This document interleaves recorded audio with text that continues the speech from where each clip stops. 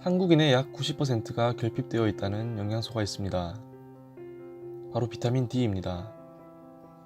국민건강영양조사 결과에 따르면 우리나라 남성의 87.8%, 여성의 93.3%가 적정 농도인 ml/30나노g에 못 미친다고 합니다. 그리고 이 수치는 앞으로도 더 증가할 것으로 예상하고 있습니다. 대체 왜 이런 결과가 발생한 것일까요? 먼저 비타민 D의 흡수 루트는 크게 두 가지가 있습니다. 첫 번째는 식품입니다. 하지만 음식만으로 권장량을 섭취하는 것은 현실적으로 매우 힘이 듭니다. 비타민 D가 많이 함유된 음식으로도 매우 많은 양을 먹어야 되기 때문입니다. 그렇기 때문에 우리 몸은 필요한 많은 양을 피부를 통해 흡수한 자외선으로부터 체내에서 합성합니다. 그런데 이 과정에서 문제가 생긴 것입니다. 파장에 따라 분류된 자외선 A, B, C가 있습니다.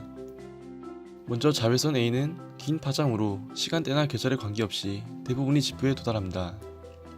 자외선 B는 중간 파장으로 오존층에서 대부분 흡수되나 햇볕이 강한 날이나 특정 시간대의 일부가 지표에 도달합니다.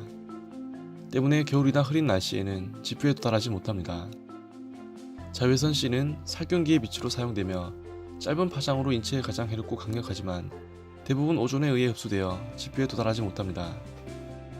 그런데 비타민 D는 이중 자외선 B가 피부에 노출되어야 몸에서 합성을 할 수 있는데 위 까다로운 노출 조건뿐만 아니라 그나마 도달한 자외선 B도 실내 유리창이나 선크림에 의해 모두 차단되어 버립니다.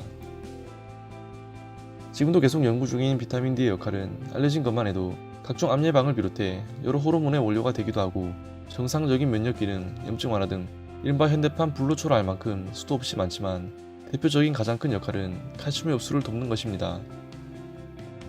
칼슘은 인체 내에서 99%가 뼈에 집중되어 있지만 나머지 1%는 혈액에 녹아 각종 기관이 제 역할을 할 수 있게 하고 정상적인 근육 수축도 가능하게 하는 아주 중요한 역할을 하는데 비타민 D가 부족하면 칼슘이 많이 든 음식이나 보충제를 먹어도 칼슘 흡수가 잘 이루어지지 않게 됩니다. 때문에 혈액의 칼슘 농도를 맞추기 위해 부갑상선 호르몬이 분비가 되고 뼈에서 부족한 칼슘 이온을 빼내오게 됩니다. 이 과정이 지속적으로 반복되면 바로 골다공증에 걸리게 되는 것입니다. 현재 비타민 D의 하루 권장량은 400IU입니다. 하지만 이는 턱없이 부족한 양입니다. 비유를 하자면 하루 한 끼 식사로도 생명 유지는 할 수는 있겠지만 이는 말 그대로 최소한의 생존을 위한 양이라는 것입니다. 현재 인구의 대부분을 차지하는 결핍자들의 경우 2000IU가 권장되지만 이것도 충분치 않다고 생각합니다. 5000IU의 보충제를 매일 섭취하는 사람들도 정상 수치에 도달하는데 한참 걸리는 경우도 있기 때문입니다. 비타민 D의 종류는 크게 D2, D3가 있는데 D3 원료가 체내 활성도가 훨씬 높다고 알려져 있습니다. 보충을 위해 추천하는 제품은 마이클스 내추로픽사의 D3 위드 K2입니다. 물 없이 씹어서 먹을 수도 있고 한 알당 5000IU의 비타민 D3와 비타민 K2 90μg을 섭취할 수 있습니다. 가격이 단일 제품보다 다소 더 비싸지만 K2가 함유된 제품을 추천하는 이유는 혹시라도 발생할지 모를 비타민 D3의 부작용인 고칼슘 혈증을 막아주기 때문입니다.